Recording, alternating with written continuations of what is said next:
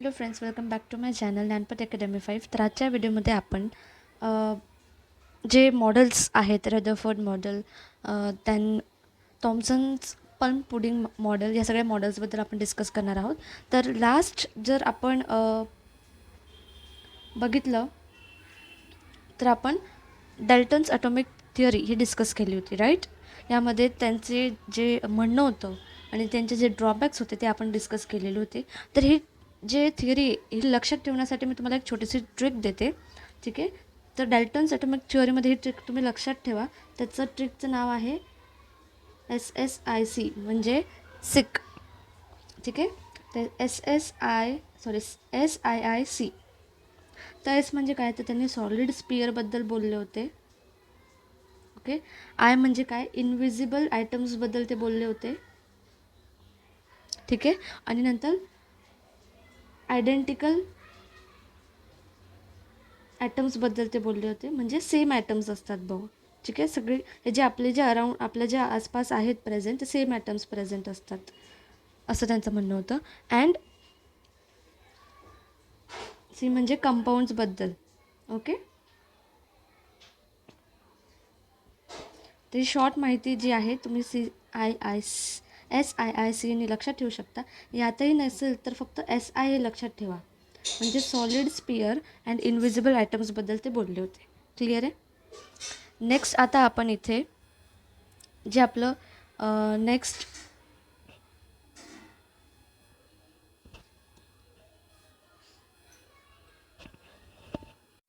तर आता जी आपण नेक्स्ट थिअरी शिकणार आहोत ती आहे थॉम्सन्स प्लम पुडिंग मॉडेल, ठीक आहे. थिअरी नंबर 2 आहे Thomson's plum pudding model. Okay, असं लक्षात ठेवायचं आहे. या मॉडेलमध्ये जे थॉम्सन जे होते सायंटिस्ट, जे थॉम्सन, त्यांनी 1897ला हे मॉडेल, ही थिओरी वर्ल्डमध्ये आणली, ठीक आहे. तर याचं बेसिकली जर आपण डिस्कस केलं तर त्यांना काय म्हणायचं होतं नेमकं,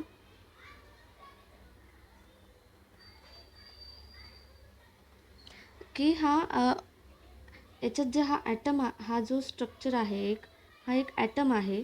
हा असा ॲटम आहे जो प्लम पुडिंगसारखा दिसतो. कशासारखा दिसतो, प्लम पुडिंगसारखा ॲटम दिसतो. Okay. Is like plum pudding और वॉटरमेलनसारखा तो दिसतो. ओके. रेड इन कलर असं त्यांना म्हणायचं होतं. हा जो ॲटम आहे तो प्लम पुडिंगचा पण कलर हा रेडच असतो, ठीक आहे. प्लम तुम्ही पाहिले असणार आहे फ्रूट, आणि पुडिंग्स पण जर बघितलं तर ते रेड कलरमध्ये असतात. ओके. सो प्लम पुडिंग किंवा वॉटरमेलन्ससारखं हे दिसतात. आणि त्यांना असं म्हणायचं होतं की हा जो पूर्ण रेड पार्ट आहे, ठीक आहे, हा जो रेड पार्ट आहे तो पूर्ण पॉझिटिव्ह चार्ज होता, ठीक आहे. काय म्हणायचं होतं त्यांना, पॉझिटिव्ह चार्ज जी आहे, पॉझिटिव्ह चार्ज होल स्पियर, म्हणजे ते पूर्ण जो स्पियर होता, तो जो बॉल होता, तो पूर्ण जो रेड बॉल होता तो पूर्ण पॉझिटिव्हली चार्ज, असं त्यांनी सांगितलं होतं. आणि इलेक्ट्रॉन्स जे स्मॉल निगेटिव्ह पार्टिकल्स आहेत ते त्याच्यामध्ये होते, असं त्यांना म्हणायचं होतं, ठीक आहे. Inside it. तर त्याच्या जे मध्ये जे आहेत ते निगेटिव्हली चार्ज असे हे इलेक्ट्रॉन्स होते, असं त्यांनी म्हटलं होतं, ठीक आहे. जे निगेटिव्ह, हे जे निगेटिव्ह स्मॉल पार्टिकल्स होते ते काय होते, ते इलेक्ट्रॉन्स असे होते. आणि जो हा रेड पार्ट होता तो काय होता, तो पॉझिटिव्ह होता, पॉझिटिव्ह चार्ज होता, ठीक आहे. तर तुम्ही हे कसं, वॉटरमेलनच्या कन्सेप्टची मी तुम्हाला इथं कनेक्ट करून एक सोप्या लँग्वेजमध्ये सांगायचा प्रयत्न करते. याला जर तुम्ही कंपेअर केलं वॉटरमेलनसोबत, ठीक आहे, तो वॉटरमेलन हा कसा असतो, वॉटरमेलन जेव्हा आपण कट करतो तेव्हा एक रेड पार्ट असतो आणि त्याचे सीड्स आपल्याला दिसतात ब्लॅक, बरोबर. तर जे रेड पार्ट जे आहेत ते त्यांनी पॉझिटिव्ह चार्ज असं म्हटलं होतं, आणि जे सीड्स आहेत त्याला त्यांनी इलेक्ट्रॉन्स असं नाव दिलं होतं, ठीक आहे. इलेक्ट्रॉन्स असं नाव दिलं होतं, एवढंच लक्षात ठेवायचं तुम्हाला फक्त. क्लिअर आहे. तर याच्यात हेच त्यांना स्ट्रक्चरमध्ये म्हणायचं होतं की स्ट्रक्चर मी आता इथे लिहिते, जे आता आपण डिस्कस केलं ना तेच मी इथं स्ट्रक्चरमध्ये तुम्हाला लिहून दाखवते. तर काय म्हणायचं होतं त्यांना, positively charge particles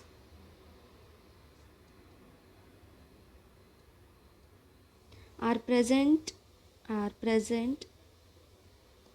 in atom, inside the atom or in atom. ॲटमच्या मध्ये पॉझिटिव्हली चार्ज प्रेझेंट होती आणि त्याच्यामध्ये अजून परत म्हणजे विच इज विदिन विच म्हणजे त्याच्यामध्येही निगेटिव्हली चार्ज इलेक्ट्रॉन्स होते, निगेटिव्हली चार्ज इलेक्ट्रॉन्स होते असं त्यांना म्हणायचं होतं.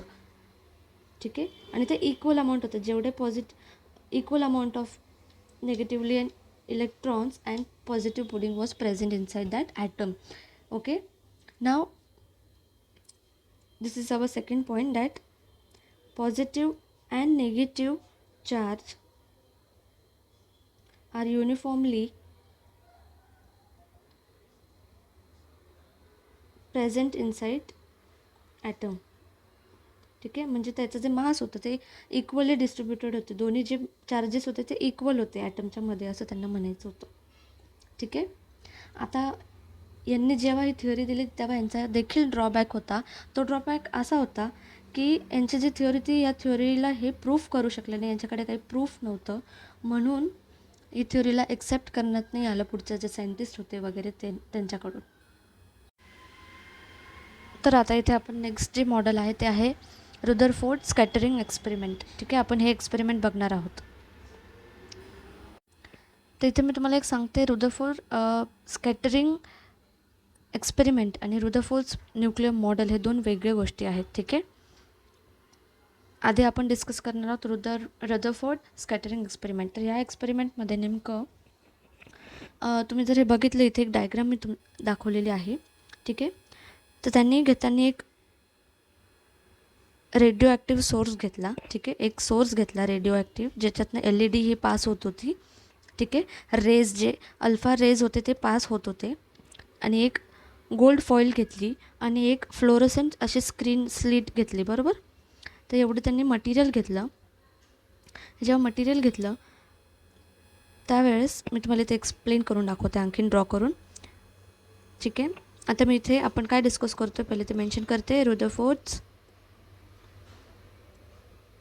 स्कॅटरिंग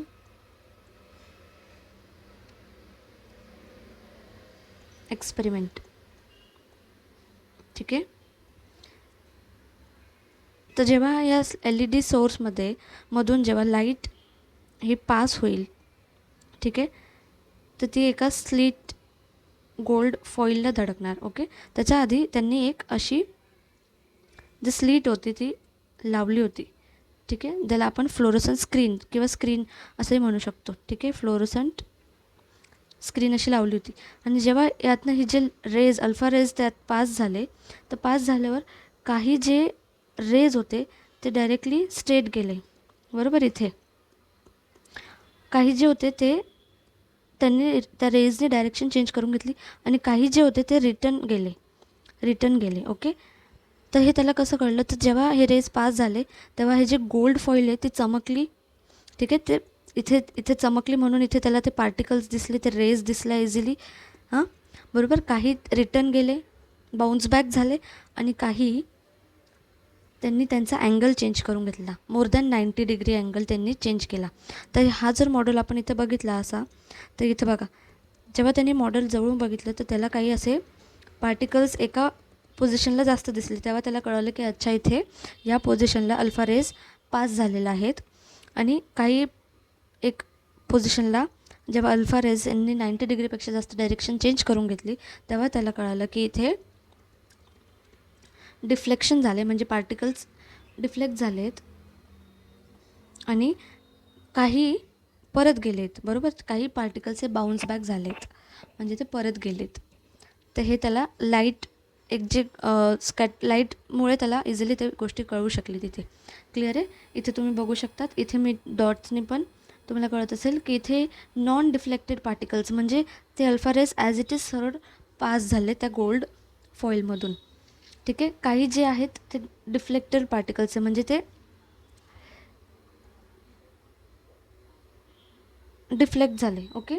आणि काही जे होते ते पार्टिकल्सने डायरेक्शन चेंज करून घेतली, म्हणजे सरळ न जाता त्यांनी 90 डिग्री अशी डायरेक्शन चेंज करून घेतली. आणि काही जे आहेत ते काही इथूनच रिटर्न झाले. ओके. ते पुढेपर्यंत गेलेच नाही. तर ही अशी रदरफोर्ड गोल्ड फॉईल एक्सपेरिमेंट होती. तर यामध्ये नेमकं तुम्हाला काय गोष्टी लक्षात ठेवायच्या आहेत?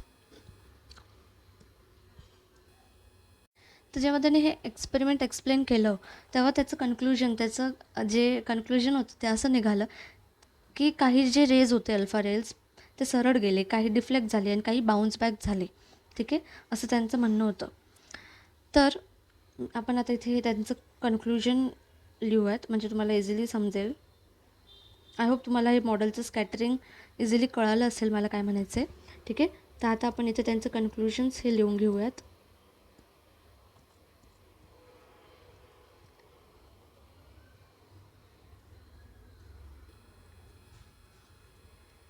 बिफोर दॅट एक अजून इम्पॉर्टंट गोष्ट, हे जे रदरफोर्ड त्यांचं पूर्ण नाव अर्नेस्ट रदरफोर्ड असं होतं.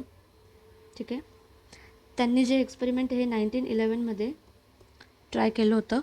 या एक्सपेरिमेंटच्या सेटअपमध्ये काय काय गोष्टी लागल्या तर तुम्ही इझिली बघितलंच आहे. तर एक LED सोर्स किंवा रेडिएशन सोर्स लागला, त्यानंतर गोल्ड फॉईल लागली, फ्लोरोसन स्क्रीन लागली, ज्यातून नंतर अल्फा पार्टिकल्स हे रिलीज झाले. ठीक आहे,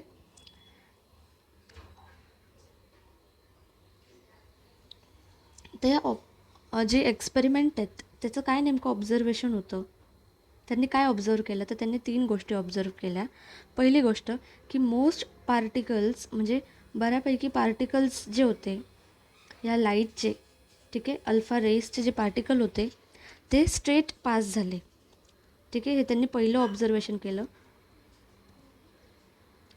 सेकंड त्यांनी ऑब्झर्व केलं सम स्लाइटली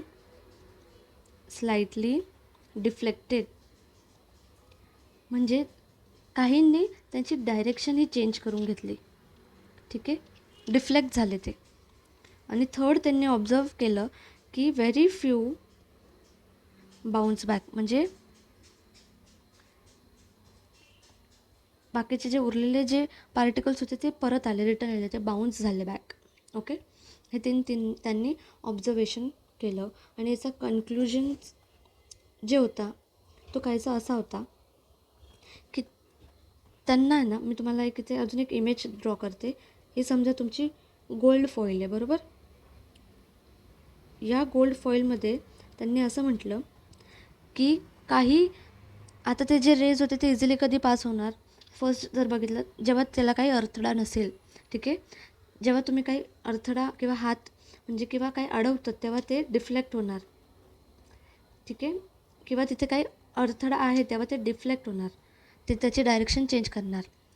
ठीक आहे, म्हणजे तुम्ही काहीतरी वस्तू अशी म्हणजे काहीतरी अडकलं आहे तिथे म्हणून तिथून ती लाईट पास होणार नाही, उलट ती तिथं बाउन्स होऊन ती त्याची डायरेक्शन चेंज करून घेईल. आणि थर्ड जे आहे ऑब्झर्वेशन, त्याच्यानुसार तिथे काही असं पार्टिकल आहे ज्याच्याने ती लाईट पुढे पण नाही जाणार आणि डिफ्लेक्ट पण येणार, पण ती जिथून आली तिथे रिव्हर्स बॅक ती बाउन्स होईल. ठीक आहे, तर आता मी तुम्हाला इथे या एका डायग्राममध्ये छोटंसं एक्सप्लेन करते.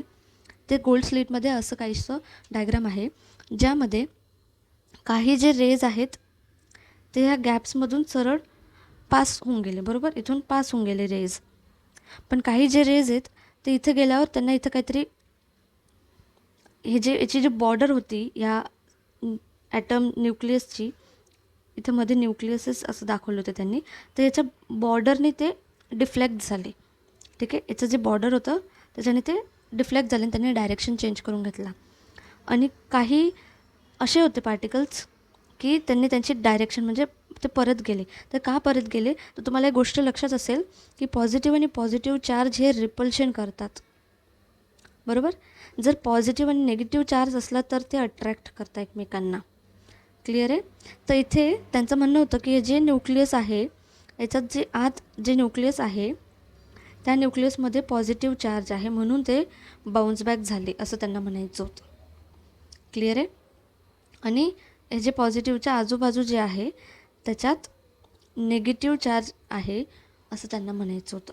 तर ही तुमची जी न्यूक्लिअर मॉलिक्यूल जे मॉडेल आहे ते यातून एक्सप्लेन होतं आणि स्कॅटरिंग ऑफ लाईट हे वेगळ्या ह्याच्यातून एक्सप्लेन होतं. क्लिअर आहे? तर आता यांचा देखील एक ड्रॉबॅक होता की त्यांचा ड्रॉबॅक असा होता, इथे मी ड्रॉबॅक लिहिते, की त्यांना सांगता नाही आलं की हे जेव्हा हे रोटेट होतं, हे जेव्हा चालतात, हे जेव्हा मॉलिक्युल्स हालत असतात, त्याचं स्टेबिलिटी बद्दल त्यांना एक्सप्लेन करता आलं नाही. म्हणजेच काय, तर फॉर एक्झाम्पल स्टेबल आपण कधी म्हणतो एखादी वस्तू स्टेबल आहे, ती हालत नाही. जेव्हा ती जागेवरच असते, जेव्हा ती हालत नसते, त्याला आपण स्टेबल असं म्हणतो. पण इथे जर हे जे नेगेटिव्हली चार्ज रिव्हॉल्विंग अराउंड ते हालत आहेत, ओके, ॲटम्स त्याचे जे आहेत, ते इलेक्ट्रॉन्स जे आहेत ते हालत आहेत कंटिन्युअसली, तर ते स्टेबल कसं म्हणणार तुम्ही, बरोबर? ते त्याला स्टेबिलिटीबद्दल, जे ॲटम्सची स्टेबिलिटी आहे त्याबद्दल त्यांना सांगता आलं नाही, म्हणून त्यांचा हा ड्रॉबॅक होता या एक्सपेरिमेंट मागे. ओके.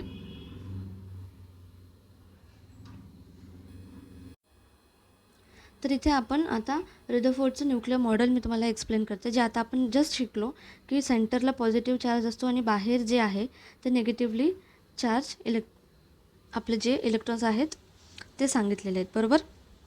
तर इथे तुम्ही लक्षात घ्या, त्यांच्यानुसार रदरफोर्डनुसार ॲटम जे आहे त्याचा जर सेंटरचा भाग बघितला, म्हणजे हा भाग जर बघितला, त्याला त्यांनी न्यूक्लियस असं नाव दिलं. काय दिलं? न्यूक्लियस. ओके. तर त्यांच्यानुसार ते स्मॉल एक डेन्स न्यूक्लियस आहे इन सेंटरला काय प्रेझेंट आहे? न्यूक्लियस प्रेझेंट आहे आणि त्याच्या आजूबाजूला इलेक्ट्रॉन्स फिरत आहेत असं त्यांना सांगायचं होतं. त्यांनी असं सांगितलं त्यांच्या मॉडेलवरनं. ओके. रिव्हॉल्व्ज अराउंड न्यूक्लियसच्या आजूबाजूला हे रिव्हॉल्व करतात, बरोबर? तर याची तुम्ही ट्रिक कशी लक्षात ठेवणार? तर तुम्हाला माहिती आहे सन आणि प्लॅनेटचं मॉडेल तुम्ही बघितलं असाल, मध्ये सन असतो आणि आजूबाजू सगळे प्लॅनेट्स फिरत असतात. तसंच हे मॉडेलला तुम्ही लक्षात ठेवायचं आहे. तर इथे सन म्हणजे, मी तुम्हाला इथे ट्रिक लिहून देते, सन म्हणजे कोण आहे? न्यूक्लियस. ओके. आणि जे इलेक्ट्रॉन्स आहेत ते कोण आहेत? तर ते प्लॅनेट्स आहेत. ओके. असं लक्षात ठेवायचं आहे. Planets are electrons.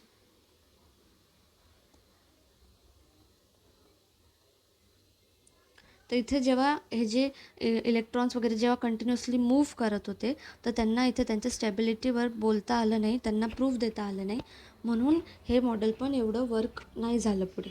पण याच्या बेसिसवर नेक्स्ट जे सायंटिस्ट होते ते इझिली वर्क करून त्यांनी त्याचे पुढचे जे हे होते सायंटिस्ट, त्यांना ते ड्रॉबॅक्स वगैरेमधनं क्लिअर केलं. ओके. तर आजच्या व्हिडिओमध्ये आपण एक थॉम्सन यांचं मॉडेल आणि रदरफोर्डचं स्कॅटरिंग मॉडेल आणि रदरफोर्डचं न्यूक्लिअर मॉडेल आपण डिस्कस केलं आहे आणि थॉम्सनचं प्लम पुडिंग मॉडेल हे डिस्कस केलं आहे. ठीक आहे. होप्स तुम्हाला हा व्हिडिओ आवडला असेल. मी सगळ्या ट्रिक्स वगैरे या व्हिडिओमध्ये सांगण्याचा प्रयत्न केला आहे आणि तुमचे जे थिअरी बेस्ड कन्सेप्ट्स होते ते सुद्धा इझिली क्लिअर झाले असेल असं मी अज्युम करते. ओके. Thanks for watching. आणि तुम्हाला जर व्हिडिओ आवडला असेल तर तुमच्या फ्रेंड्समध्ये पण शेअर नक्कीच करा. थँक्यू.